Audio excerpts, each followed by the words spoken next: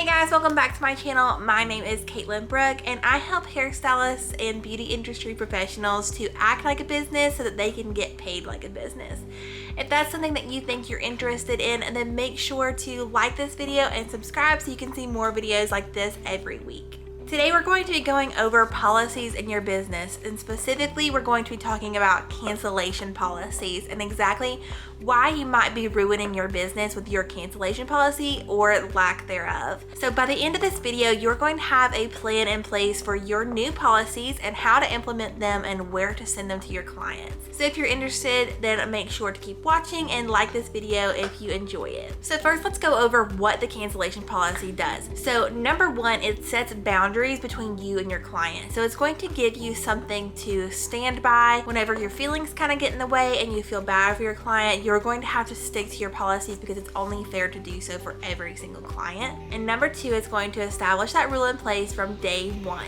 As soon as you establish this policy, your client's going to know your rules from day one. So they're going to know exactly what you expect from them, and they're going to be able to follow those rules from here forward without there being any mixed signals between you and the client. And number three, this is super huge. It's going to protect you from losing income. So did you know that if you have at least 2 cancellations per week at around $200 a piece, that's over $20,000 a year in cancellations that you have lost in income. Cancellation policies are one of my number one things I love to talk about because it really can save you so much money in income that you could be losing if you don't have the right boundaries in place. So what does your cancellation policy need to include? You need to have exactly how much time they have to cancel their appointments and what it's going to cost to cancel or reschedule that appointment. So you need to know how many hours that they're going to have to cancel their appointment, whether it's 24, 48 hours, whatever. That needs to be very clear, the amount of time that they need to give you to cancel that appointment or reschedule it. Number two is going to be how much money is it going to cost them to cancel or reschedule that appointment? Does the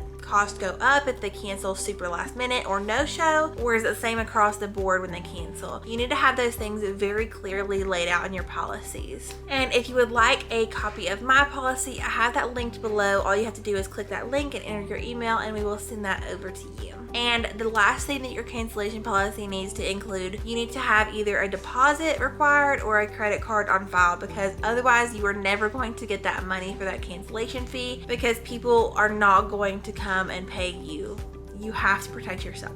Because if they don't have that card on file, they have nothing holding them back from canceling and never showing up again. You have to have something to protect yourself. So where are you going to send these to your clients? When are you going to send it to your clients? And how do you kind of communicate that? So we go over that a little bit more deeply in my 6-week coaching program that's more specifically designed for you and your business. But in general, what you would want to do is create either a paper form or send them one through your booking system. So personally, I use Vagaro, and I love this system because you can create all of your policies and collect credit card information all through one simple form where your clients have to sign it before they even create an appointment with you. This kind of keeps everything very cohesive, and you know for sure that you have everyone's credit card on file and that all of their information is up to date. So everything that I'm going to have in that link down below is going to be what's in my Vagaro cancellation policy and how I share that with my clients. But however you do that is going to be up to you and your business. If you guys enjoyed this video today and found it helpful, then please give it a thumbs up and leave me a comment down below what your favorite part of your cancellation policy is.